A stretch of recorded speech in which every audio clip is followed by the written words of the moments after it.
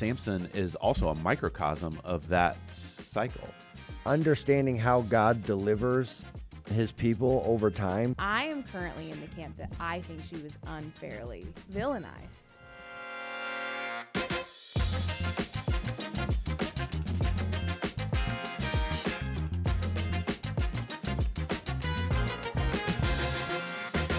All right. Hey, everybody. Welcome to the party. Welcome to the podcast. We have broken Aubrey already this morning. Yes. Man, we're ready to go. Roaring and ready. How are you today? You know, I came in really great. I'm super excited to be back. We had a couple weeks off. Yeah. And I am really excited to actually talk about Samson and Delilah.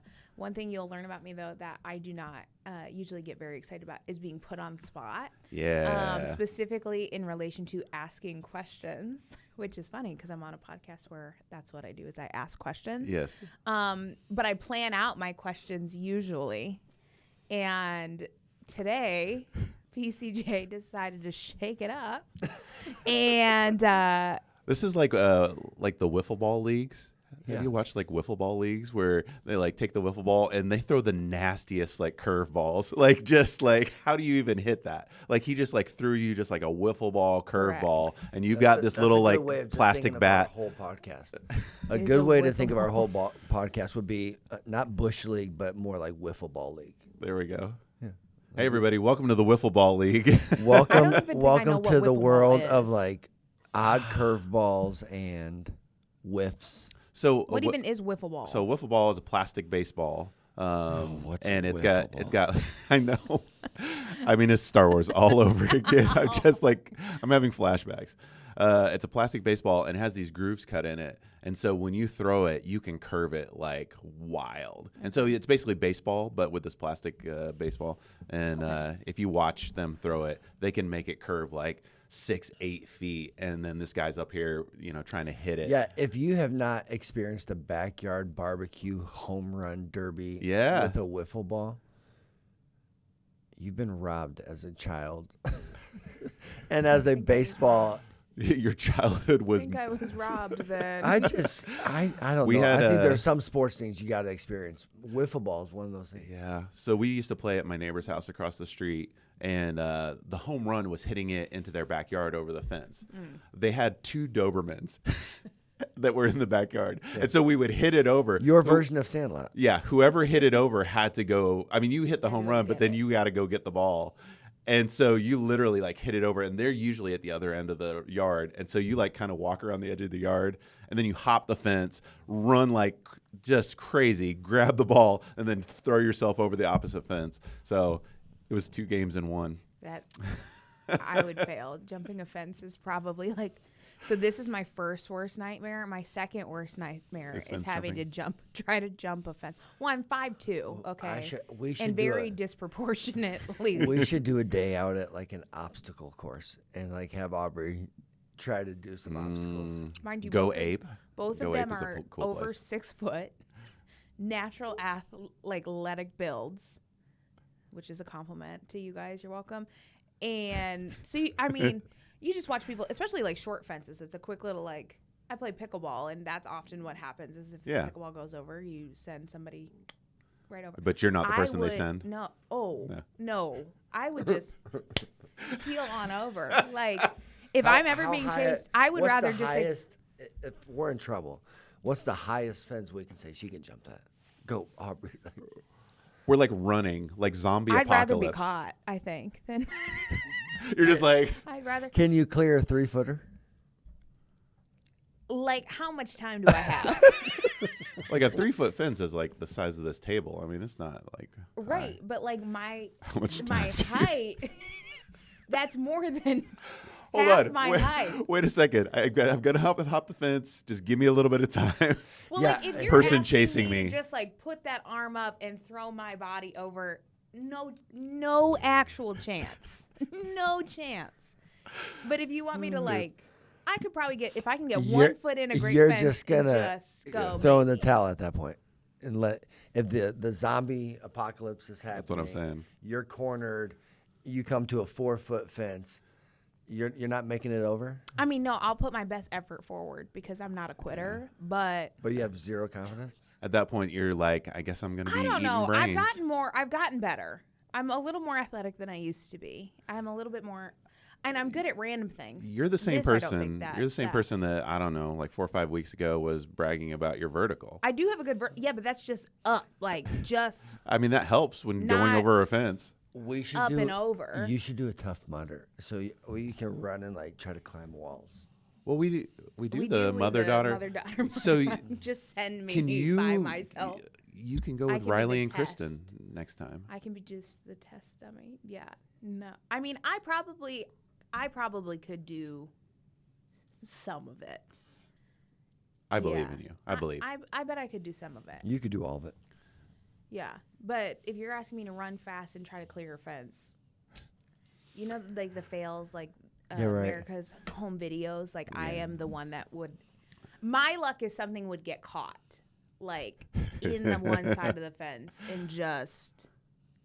Well, and that's the experience that anybody that's jumped over a Aubrey's fence really has. Here's the thing. That fence could be 12 feet tall. Aubrey's getting over that fence.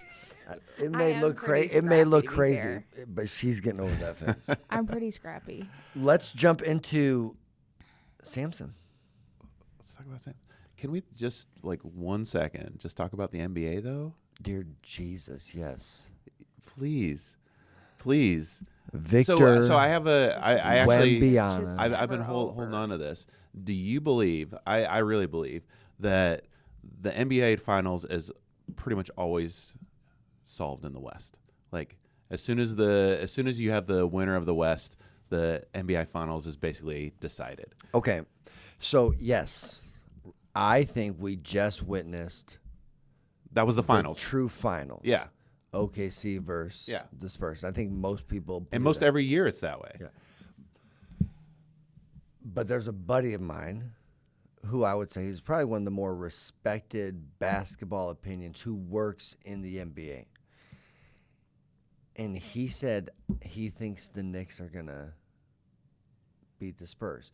And the Knicks are on a tear right now. They're winning on an average of like 20 cents. Now, they're not playing anybody. Right. Aren't they 11-0 or 12-0 in the playoffs right now? Bro, just running teams out of the gym. So he thinks the Knicks are going to give the Spurs a hard time. Now, if Brunson comes out, leads the Knicks to a championship over Wemby, bro, that's amazing. It's not going to happen. Because Brunson's this little undersized guard from New York, now going against this alien from San Antonio. Yeah. I just love all the Spurs supporting characters. Like Castle, I love De'Aaron Fox. Like they have a squad. Vassell. They could be at the next dynasty. That team could go on a run. Yeah. They have guys that can step up in the moment. They just need them all to be consistent. But yeah, I just feel like it's disappointing. I think they need to go to like a soccer style relegation in the NBA. Whereas if you're not winning, you get like put down a league and then somebody else gets promoted, because some of these NBA teams are just. Well, have you seen the latest where Giannis is going to go to OKC now? Because here's the thing, and OKC could maintain their entire roster and just trade draft picks and get Giannis. That would be crazy. If OKC gets Giannis Antetokounmpo, I mean, that is a juggernaut. Do they have to take Thanos as well? Oh man, his brother. Oh man, yeah, that would be crazy. That would be absolutely crazy. Yeah, Giannis he's either gonna end up in OKC or somewhere in California. Yeah, he's wanted to go for a while. So, which NBA player is closest to our subject this week, Samson? Oh. Who is the NBA's Samson? Aubrey? What are the odds I know this person? Well, so Giannis is actually a good one just because he is incredibly, like, I mean, he's a massive person. He's fast. He's strong. Like, he's got it all. He's not like bulky though. I think a lot of times with Samson, you kind of think of like a bigger guy. Yeah. Yeah, I immediately begin thinking physical attributes. If not Giannis, though, who? There's no one more physically built. Steven Adams.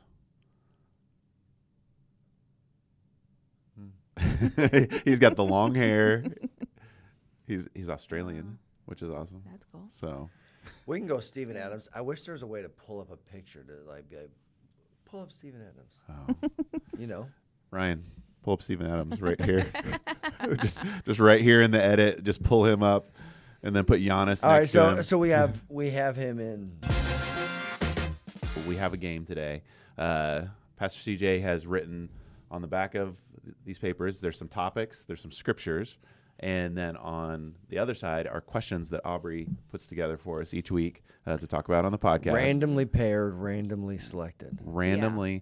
And so Aubrey has picked. I picked mine. Hers. Yep. So why don't you tell us what's on the back and then what question you're going to tie it to? Yes. My statement or words was Samson and Me. And funny enough, this comes under the questions that could spark debate category, which I love. But one thing that when we were talking a little bit about Samson before, this weekend, one thing that kind of stuck out to me was, obviously Samson, if you don't know his story or you're kind of catching up, we got to talk about it a little bit this weekend as you were teeing Samson up to people, because even in our context, we talked about our understanding of Samson when we were little is vastly different than our understanding of Samson now. Yeah. I didn't know who Samson was until much more like later in life because I wasn't in Bible school. But that Samson truly had, his parents were visited by essentially like angels and told like the greatness of who he is and what he could be. And it always confused me about like, did Samson truly ever understand fully what that was, or did he just know that he was strong and he was always just getting stronger? Yeah. And so the question on this was, did Samson ever truly understand his calling? And when I first hear it, I don't know if he did. But when I look at the Samson piece and then I look at the me thing, I also just think about like the things that may have been declared over me or proclaimed over me, or even like early on in my walk with faith of what purpose, what calling was it? And even in this like current season I'm sitting in, I'm asking the same question of like, do I truly understand like what my calling is, and do my actions reflect where I am meant to be going? Yeah. And what's catching me up to essentially blocking me to that, because I really sit in that the tension of his blind spots. Honestly, if I'm very frank, if we're really getting into Samson aggravates me. Like, Samson makes me so upset, and I am justice for Delilah. Like, that is the camp I'm coming in, and you guys will hear why. Whoa. I like that's a hot take. I'm like, hard it's gonna be a hot take, but truly, like that's what I'm sitting in. And so, I mean, the question, I don't want to change it much itself, but more so in reflection of, do we think Samson truly understood like what he was going for? Because we don't hear often it repeated much after he was born. And so at what point do we think Samson truly knew what he was supposed to do? Yeah, that's interesting, because as I was just like looking through the story, he was driven by, one, he was driven by like women and fame and really his own appetites. But you also see just this desire for vengeance all the time. He was trying to get back for, first they're like, he like gave his wife that he went to get from the Philistines, they gave her away to another guy. Yep. And he's like, well, for that, I'm going to get vengeance. Or even before that, it was like, hey, you figured out my riddle. You tricked me and you figured out my riddle. So I'm going to go kill a bunch of your people and then give the clothes to you, because that's what I promised you. In the story. Like, he has this riddle with these 30 men, and he's like, if you can figure it out, then I will give you new sets of clothes and everything. Yeah. And so he lays out this riddle. They can't figure it out, but his fiance or whatever, his wife, asks him like, "Hey, tell me the answer." And then she gives it to them. They answer the riddle. He gets so angry because he's been betrayed that he goes down to this other city, kills 30 guys, takes their clothes, and brings them back. I mean, it's so wild. It's just so wild. But yeah, just really driven by revenge all the way up until the end. Yeah. Yeah. The thing about him is there's so much obnoxious foolishness. Yeah. So much just apparent duh moments. And it makes him frustrating.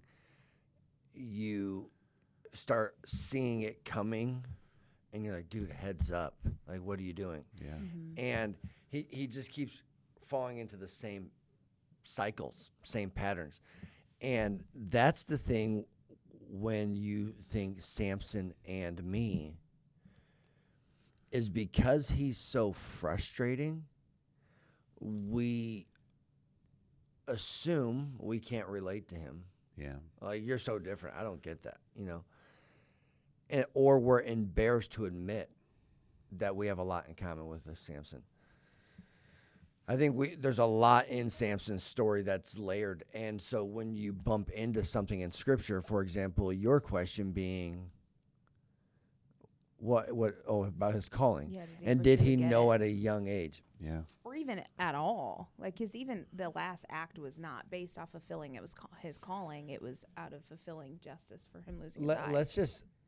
Let's just say you can choose what the end answer is. Just hypothetically, for a Bible study trial and error example, what would be an outcome to your question? That he knew at a young age from day one, hey, I'm called to be a deliverer? I mean, what's hard is because I don't even fully understand if he had any relationship with the Lord outside of what his parents had interacted with. So I'm like, can you truly understand your calling if you have no really comprehension of what that entails or that relationship requires of you? Because the only time we see him really calling out to the Lord is at the end again, and it was in a justice sake. So I'm super curious. Yeah. I would say, I mean, just considering like Jewish culture and Jewish society, I would say he probably had very similar upbringing, and with the way that his parents went about it, I would imagine that they like taught him. It just didn't stick, it just didn't stick. And all his appetites were superseded what he knew to be true. Mm-hmm. And man, this is a great story for the sovereignty of God. And you highlighted it this weekend at the very end of his life when he finally does pray. Mm-hmm. He says, "Sovereign Lord," and it's just like, well, God's purposes were accomplished regardless of what Samson did. Yeah, which is wild. I think he knew early. One, I think his parents would have told him. Yeah. Just how the story unfolds in their house, it just is clear, hey, this would have been a family discussion. Mm. And they're also weak parents who tend to over-confide in their kids. Mm. So, I wouldn't be surprised if they told Samson. I also think the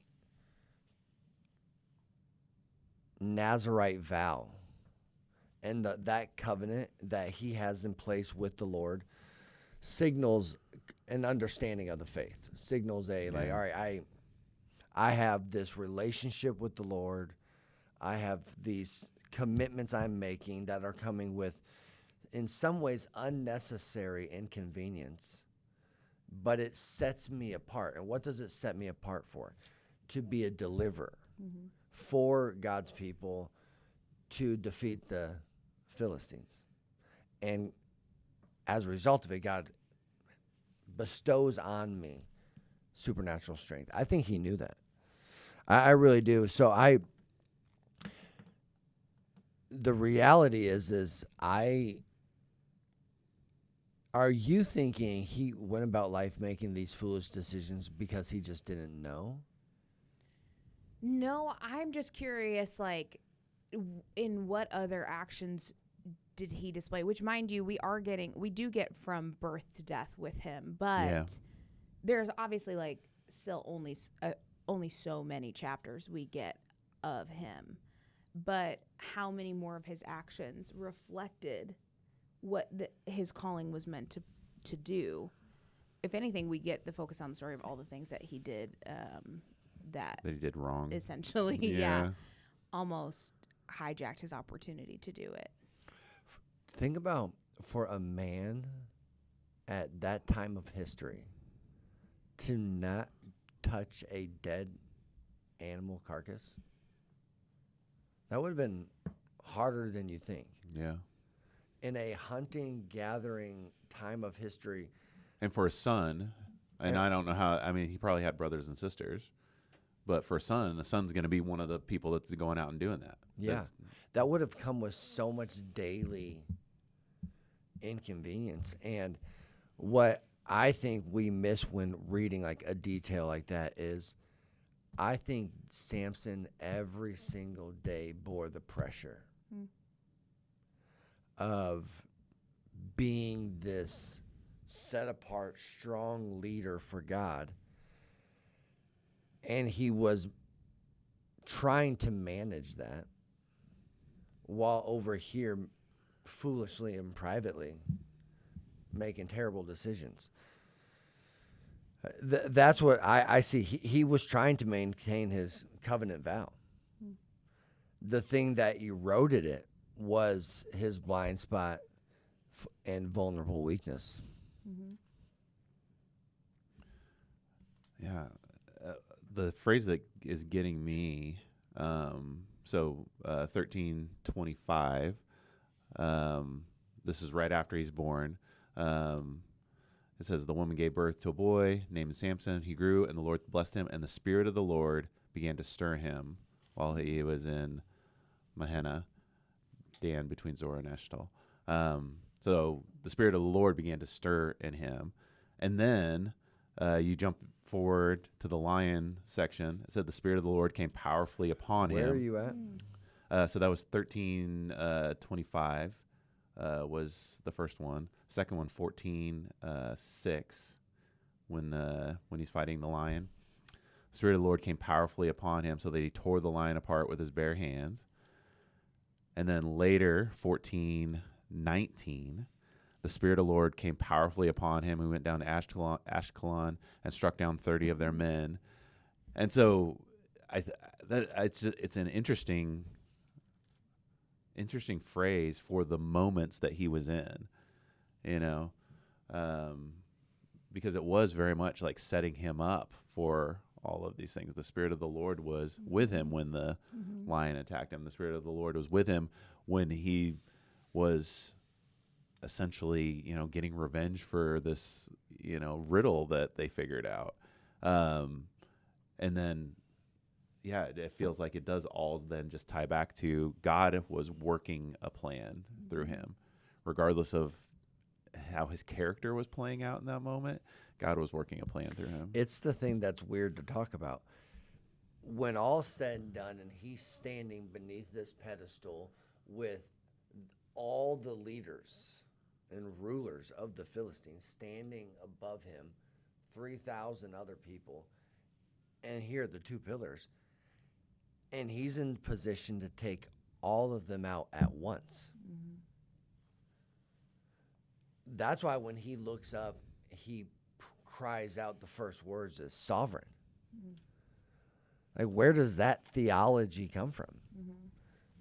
Like, where's that in his vocabulary that he's like, the word I'm first out of my heart is sovereign. And it's, Lord, you had a plan. Lord, you're in control. God, you're good. God, you're faithful. God, you're working it together for my good. You're redemptive. You're faithful to your promises. It's definitely like sovereign. Like, holy cow, look at where I'm at, right? Yeah. And that is the beauty of faith, is you get down the road and somehow you keep discovering how God keeps getting it right in ways that you're like, I just did not see it happening this way. Yeah. I think it's awesome. All right, is it my turn? All right, Steve. Oh, man. Pick it up. I got to find one that actually has questions on it. I know, that's the key. All right, Judges 13:1 is the scripture. Again, right? On the back. It starts with again. Again. Oh, I love this, actually. I actually love this. Again, the Israelites did evil in the eyes of the Lord, so that the Lord delivered them into the hands of the Philistines for 40 years. Let's see here. What partial question? What partial question? This is all about Samson's parents.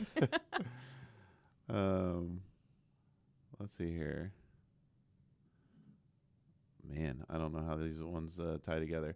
I could see Samson's parents in that one. Do you see Samson's parents enabled some of his ...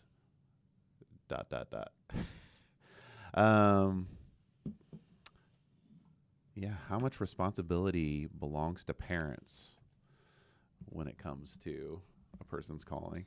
Well, I'm gonna do like a political thing, and I'm just gonna like take that question and then just completely reroute to something else. Because like in Judges, this is the phrase that like keeps coming back. Again, the Israelites did evil, and it's just like it's the cycle. I think my Bible has this little chart, and it's like 9 times like this cycle happens where they did evil, and then a judge comes to save them, and you know, when it comes to the parent side of that, one I think Samson is also a microcosm of that cycle of like, oh my goodness, he did something bad, but the Lord was still with him. He did something, you know. And when I relate to, you know, myself and even my parenting, it does feel like, you know, as I live out my life, there's the cycle of like, you know, oh man, I walked away from the Lord, or I didn't give him the, you know, the presence that I should have in my life, and then something happens. And I always wonder when that happens, like, you know, does God get annoyed? Like, if I haven't like been spending consistent time with God, and then something bad happens, and I'm like, oh God, I got a flat tire, you know, can you be with me? I was like, is he just like so annoyed with that? Yeah.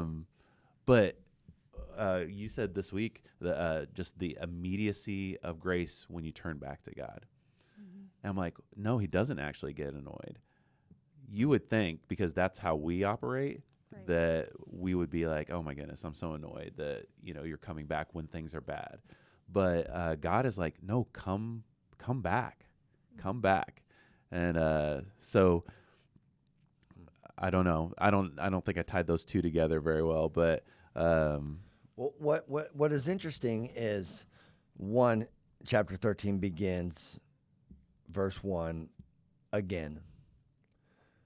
It's the repetitious nature of this community of people to just again and again keep doing wicked things. And different than other places in Scripture that single out an individual first and almost create an era, in the days of Noah, in the days of Abraham, in the days of Cain and Abel, in the days of Elijah.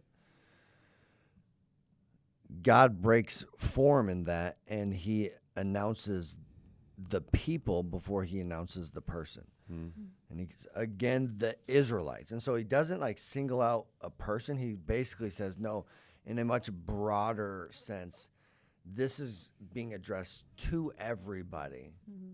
You're all participating. Yeah. You're all guilty of this. Again, the Israelites. So again, we're all guilty of this if we're in their shoes. Did evil in the eyes of the Lord, so the Lord delivered them into the hands of the Philistines for 40 years. So the next thing there is they did evil in the eyes of the Lord. What happens is our conversation regarding evil begins to change. And our view on things that were once like, no way. Our view, things that we would once with just quick and sincere, but very resolute, no, that's right, that's wrong. You know, now are much more difficult to own publicly, even for some folks. And I would say that is our view on those things changing. Does that make sense? Mm-hmm. And so it says the Israelites, again, did evil in the eyes of the Lord. It's saying, like, yeah, who cares about if culture now validates it? Who cares about if, in your opinion, because that's the summarizing verse. If you go to chapter 21, the summarizing verse, the very end statement of the book of Judges, chapter 21, verse 25. In those days, Israel had no king, and everyone did as he saw fit. So pair this with 13, verse 1. Everyone did as he saw fit. Verse 13, verse 1. They did evil in the eyes of the Lord. So what it's saying is they keep doing evil in the sight of the Lord, but they don't realize it's the things that they're doing that they see fit that are evil. Mm-hmm. They're making these gradual compromises, and what they're thinking, like, oh, that seems fit. God's saying, no, from my perspective, that's wickedness. That's evil. And that's where, when it comes to Samson's story, we don't want to identify too closely with it. We don't want to say, like, okay, where we learn from a text like this is stepping into it and understanding what was God dealing with and how would he deal with those things in my life. And where we learn in this text is by stepping into the shoes of people who have compromised so much so gradually that they've now drifted to very different opposing perspectives on very fundamental things between them and the Lord. From God's perspective, it's evil. From our perspective, we now can justify it. And that's chapter 1. The other thing is it says again, I think sometimes we think our sin is more innovative than it is. Like, we're almost like proud of, like, this is like a new for our generation. Like, us millennials, us Gen Zers, like, you hear people almost take pride in their generation's version of life, but Scripture wants us to know, like, there's nothing new that we're doing. Yeah. Sure. Yeah. That there's not like, oh man, like this one's really going to test God's grace. It's like, no, it's the same stuff we keep doing over and over again. We compromise and we justify. Yeah, and I think you don't want to relate to Samson, but man, there's so many things in there that are just like, well, how many times do I just want to, hang out with this group of people because, for whatever reason, they're cool, we're into the same things or whatever, even if they're not good, Yeah. And Samson was like, well, I'm going to go spend time with Philistines, and then he's like, I mean, were there not like, and I don't even know if that's what his parents say, but, were there not like women in Israel that would have been attractive to him, but there was something that was drawing him to this other culture, and we have those same sort of things. We're like, oh man, I want to be in that space. I want to do the things those people are doing. He's going to the parties, and they're like, hey, when you get married, we're going to give you 30 bros to hang out with, and then these are your friends. Yeah. That's crazy. And they're like leading him down a path. But he obviously, what's really interesting is like he's part of Israel, but a lot of his life he wanted to spend in Philistine territory. He wanted to spend living with the Philistines, and he's with his wives and everything. And yeah, a lot of times that's us. We want We want to live in the Philistine territory. You know, we talk about, you know, being in the world but not being a part of the world. But man, we really want to be a part of the world. Like we really do. Yeah. Because everything else, you know, the things of God a lot of times are unseen. You know, Pastor Steve used to say the story above. You know, the story down below and then the story above, and we don't see that with our physical eyes, and we don't experience that, and so we want to be a part of this, like, you know, what's going on right now, and it's like super easy to do. Yeah, and most people they'll read it, and they won't know how to interpret what God does. So they do evil again in the sight of the Lord. So the Lord delivers them into the hands of the Philistines. And what most people view as discipline, which sure there's probably parts of this that are discipline in nature.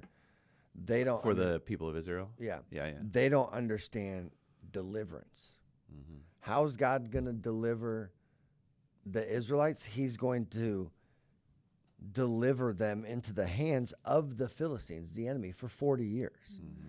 And it's as if what's happening is the nation of Israel is falling, and God in his tender mercy is like breaking their fall and helping them land. But they're going to land now because of their decisions in 40 years of oppression with Philistines. God's not choosing that for you. God does not desire that for you. You ran life off a cliff, and now as God is breaking your fall, here's the softest landing. 40 years of oppression in the Philistines, that's deliverance. Like your softest landing is the Philistines. And so understanding how God delivers his people over time through unexpected but just consistent faithfulness. He just stays to the course, and he does. He delivers them into the Philistines and then through the Philistines.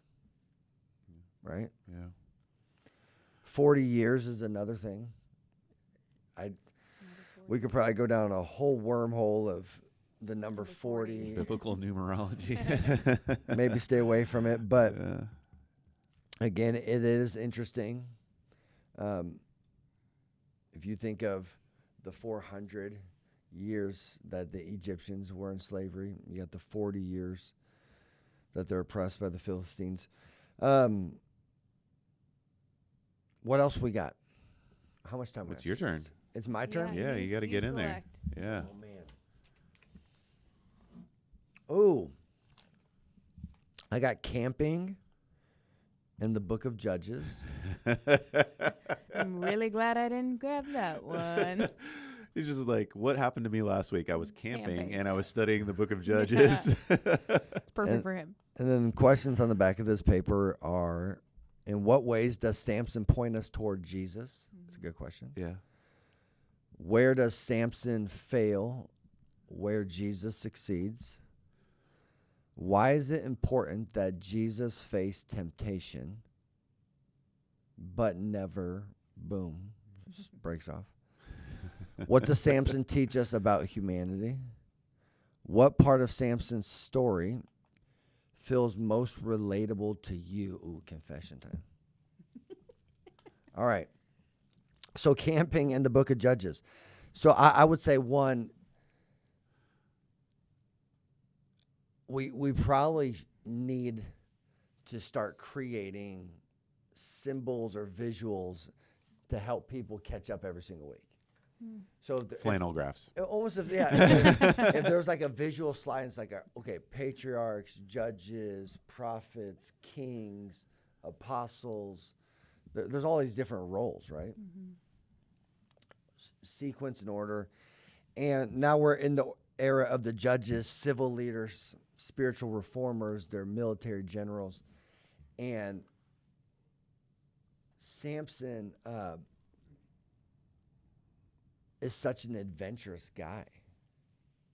And he has some like awesome moments. Yeah. And though it's like, dude, you could probably use your strength better.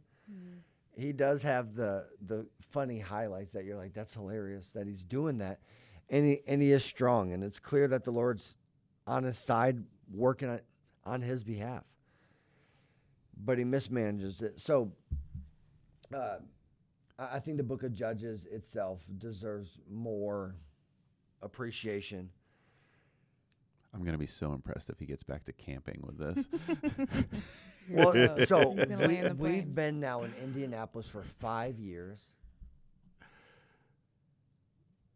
And I've not once been to Michigan.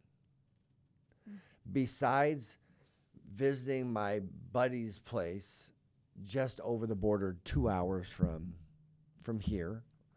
And then one other time we went to Boyne Mountain to go skiing, me and my boys.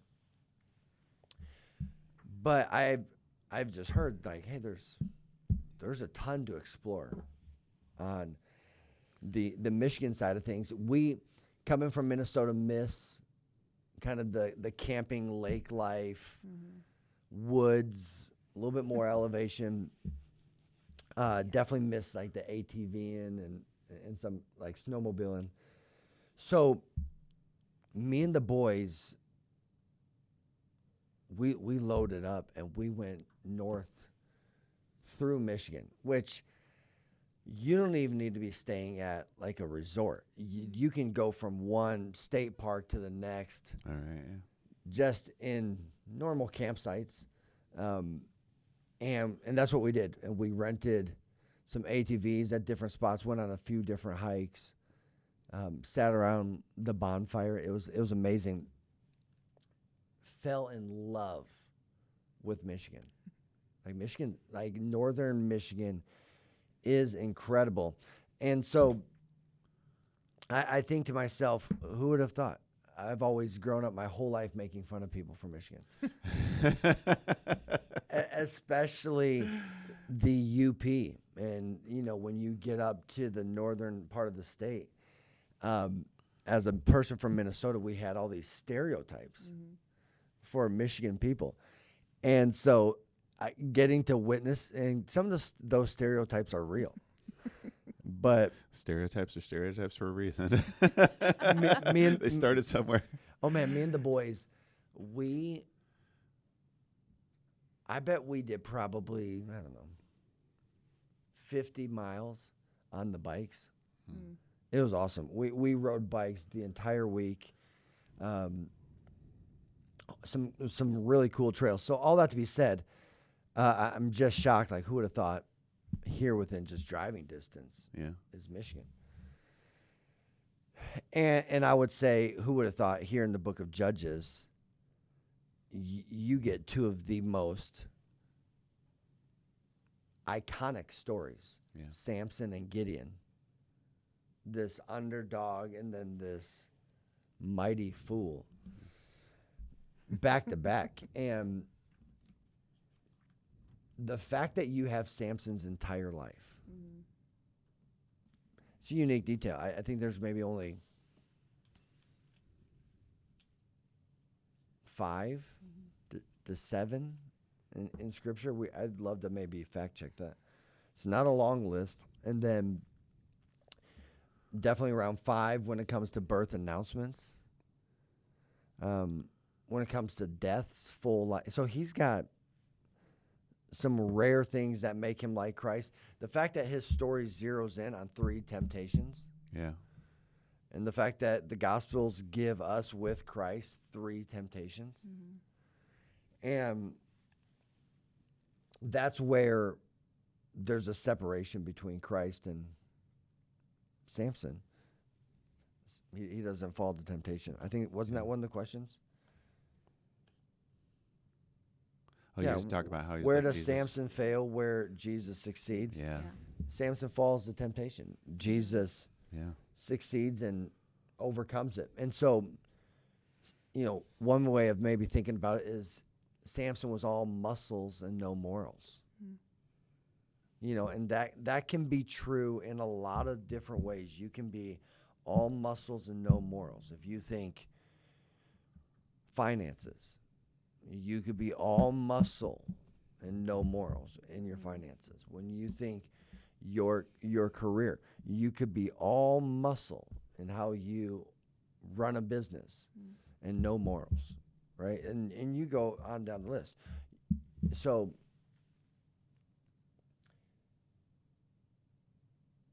Jesus models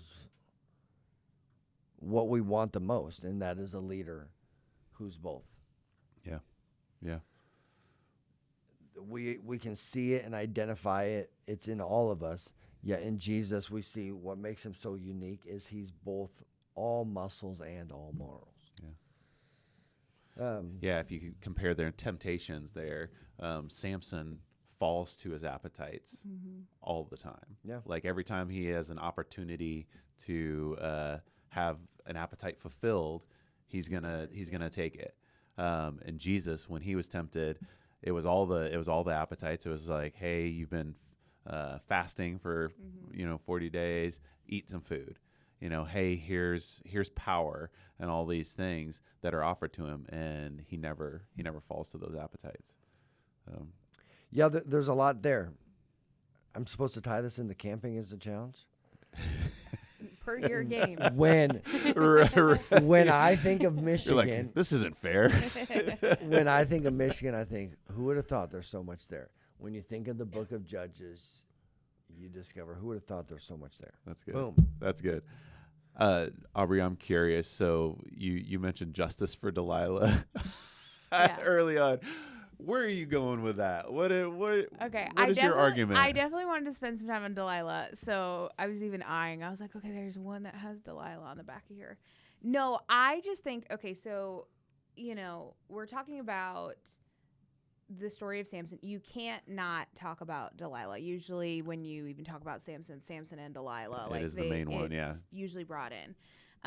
And so I don't know, like when I was growing up, or even when I was baby Christian, up until like I would say, even the past week, my conversations about Delilah have shifted quite a bit.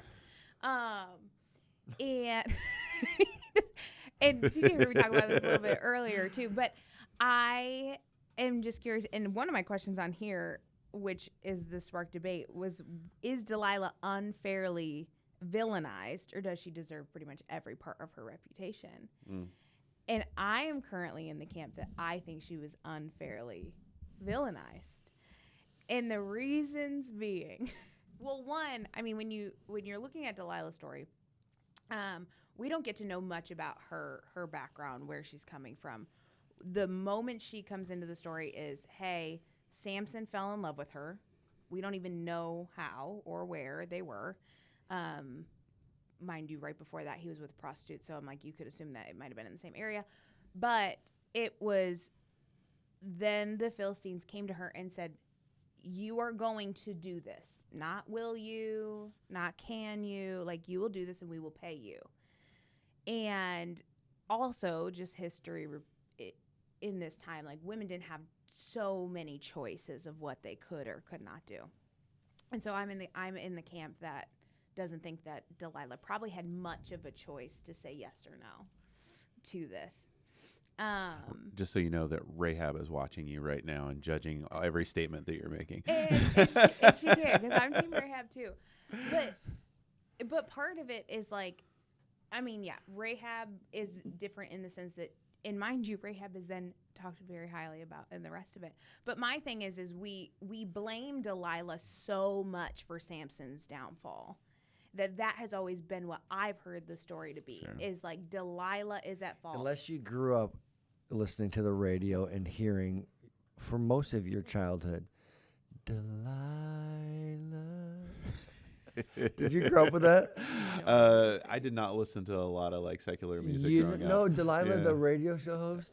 Oh. I have no idea what you're talking about. Yes. You guys don't know who Delilah is? Yes, I do. Yes. Because she was like late night, like the talk only show, Delilah right? is that song like, hey there, Delilah, Yes. what's it like? Now that you say that, I do You guys remember that. don't know who Delilah is? No, I do remember now. I bet majority of people. I bet you I don't know. No, you don't. Delilah You absolutely don't. So Let's see. here's what I would give you for Delilah.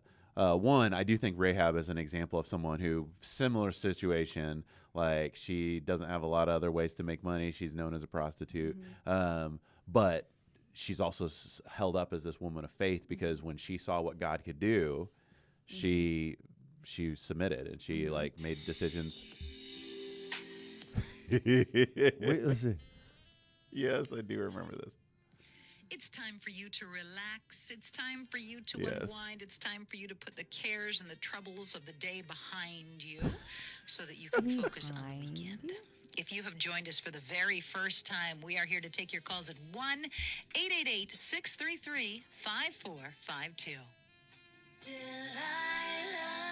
What was this even for? This is just a late night radio. She's a DJ. Oh, okay. But she was a safe option for families. Yeah. That I think most families were like, I don't know, you listen to Delilah. That's pretty funny. That's pretty funny. Never heard about it.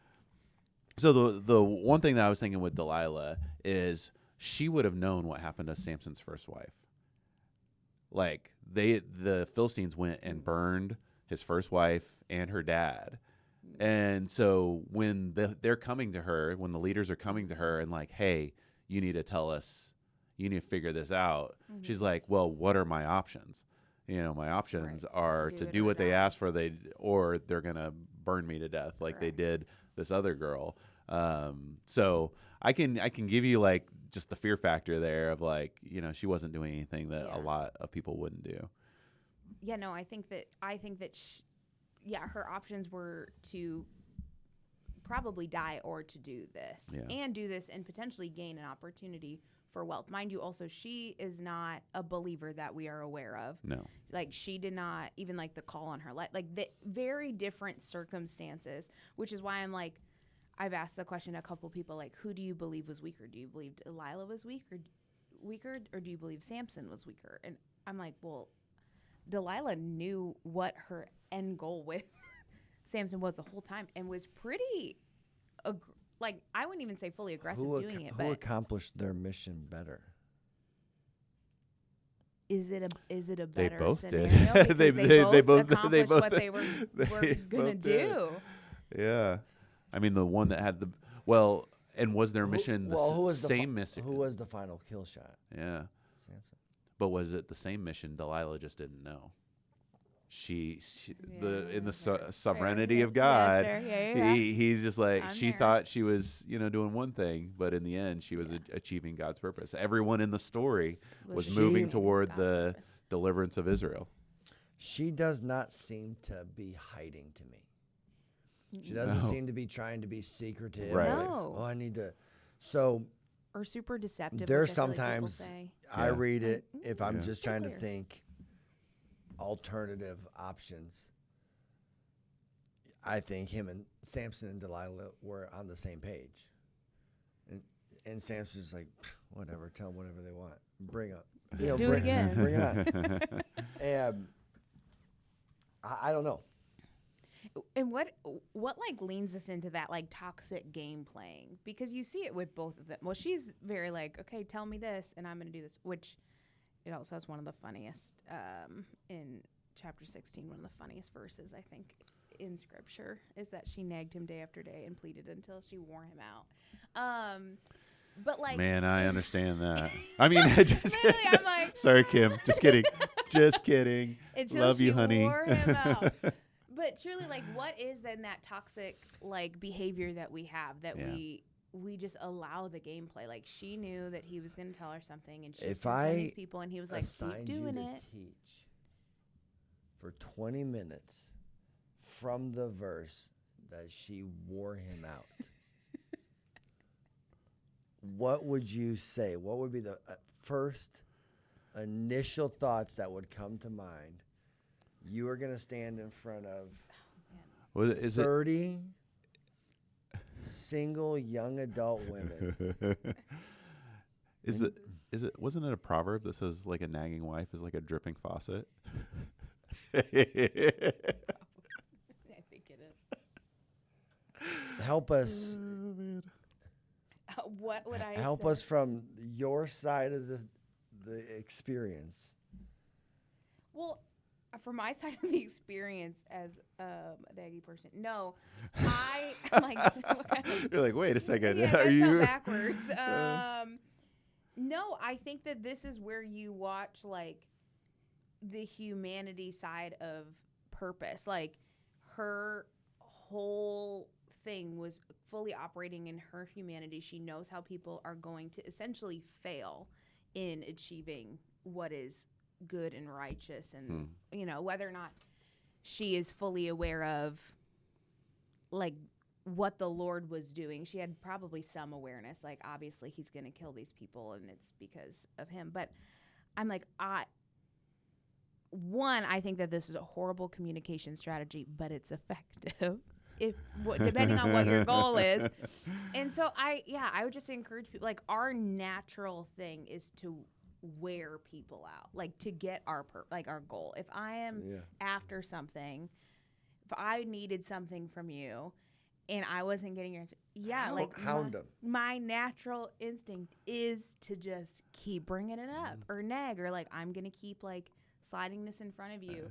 And like, what is truly driving your purpose in doing that? Is it to get your thing? Is it to get the Lord's thing? And so like, that's what I would, if I were in front of 30 single young adult women talking about this, be like, yeah, like, was she effective?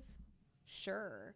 But like, what was she effective in doing? Yeah. It was wearing out the person in front of you. Like, if you are trying to, especially within relationship, mind you, I'm single, so take this with the grain of salt, and I'm not talking the flaky salt, I'm talking the little salt. Like, the goal is not to wear the person out in front of you unless you're trying to achieve something that is selfish or self-seeking. It's usually within partnership you are trying to have a conversation or come to a common ground or like have discussion. Sure. And if you are reverting to nagging to wear the person out, like what selfish desire are you actually trying to fulfill? Is it to be right?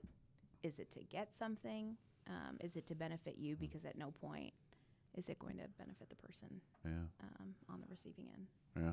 It's funny though, like scripture, later on, Jesus tells a parable. And he says, there's a woman that was seeking justice from an unjust judge, and she just basically kept going until she wore him out. And he's like, finally, I'm going to give you justice. So in a way, it's kind of commended in one part. It's just like, hey, persistence in your thing, in your faith. Like if you continue to have that persistence, then you're going to get that answer. But I love and I think I've said this before, but CJ, you kind of introduced me to the idea that faith is a long obedience in the same direction. Yeah. And when you think of faith the size of a mustard seed, you're not talking about like the size of your belief, you're talking about the endurance of your belief. And so when you have that kind of like nagging, like that's like an ongoing thing. You're like, I'm going to continue in this same direction. And so there are some things that are commendable about that. It's just like, hey, be persistent. Yeah. When it comes to your faith, be persistent. Yeah. When it comes to what God's calling you to, be persistent. Yeah. Because a lot of times we just give up too soon. Yeah, she doubled down.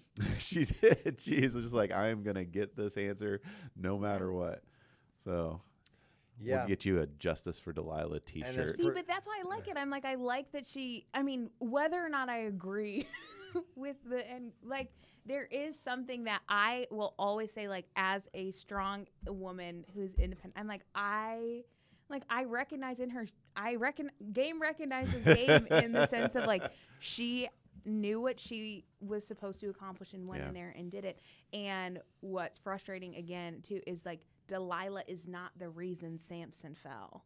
Like I believe Samson is fully the reason, because it could, whether it was her or whether it was somebody else. I mean, we watched him mess up with 2 other women even prior to her showing up on the scene. It was his weakness that was the reason for it. I agree. And I do think her persistence is impressive, which makes once more the persistence of God even more impressive.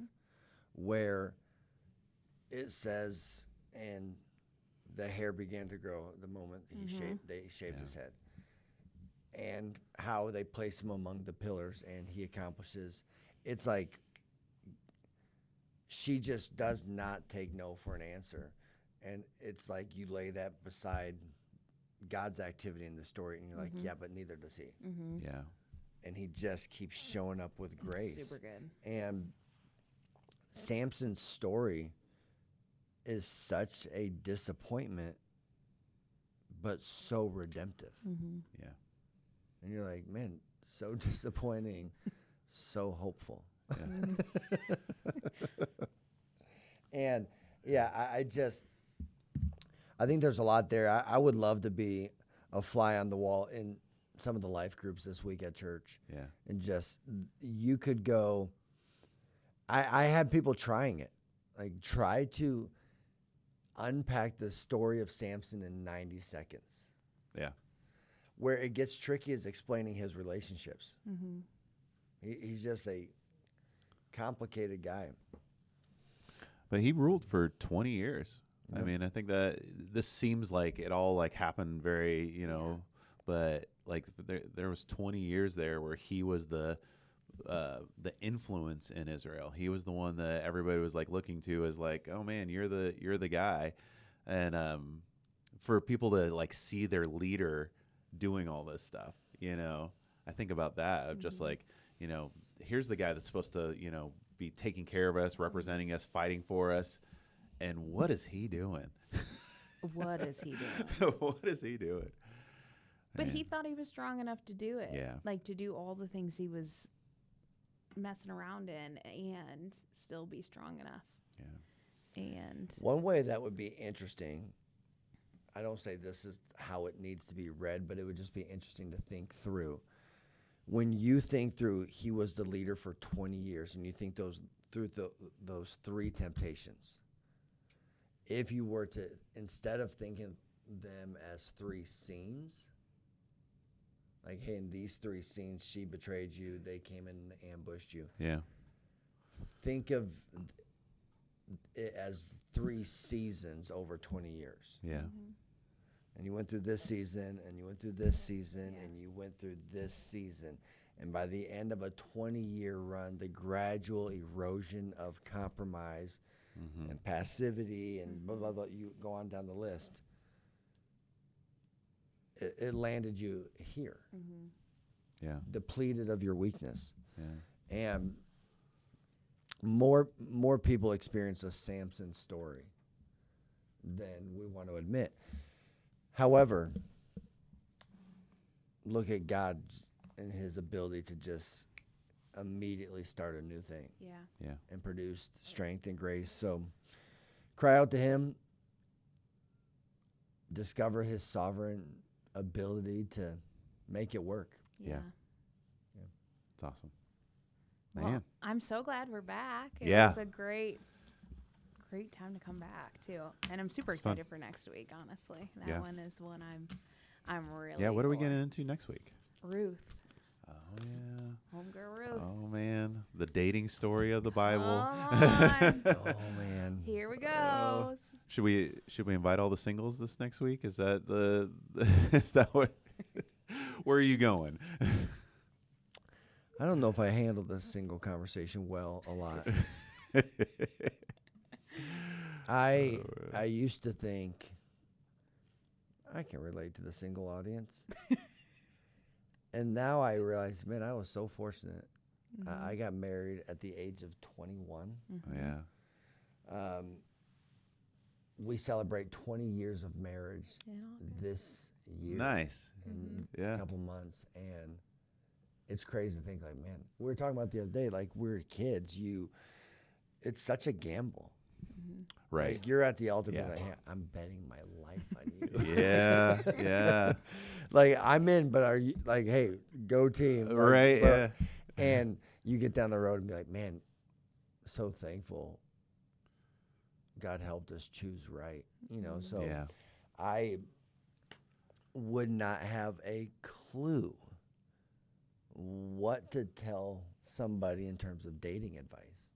I have a guy who I happen to be around because of things my kids are involved in, and he's about 2 years removed from a divorce, and he's starting to date again. And he's explaining to me what dating is like now. The trenches. And I was like, I've got nothing. Right. I've got nothing. So I probably need to sit through like a workshop of like, Pastor CJ, let us explain to you What it's dating like, in the common world. Man. 2026. Next time on the podcast. Yeah, here we go. You got 1 week to do the research and then come back, and then on the podcast next week. I would totally do that. Like, bring in a bunch of young singles and let me ask questions about dating. Explain to me, you know, for example. You'd be horrified. Yeah, like, explain to me what it means to be like, we're going out. Oh, yeah. Versus. We're talking. Yeah.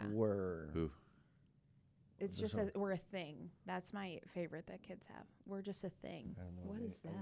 What does that mean? All right, Junie, good job. Junie was on the podcast. Well, I guess we'll see you guys next. Well, we'll see you Sunday, and then we'll see you next week. Oh, and stream Wildly Faithful on all streaming platforms. That's right. Yep. That's awesome. Bye. Yeah.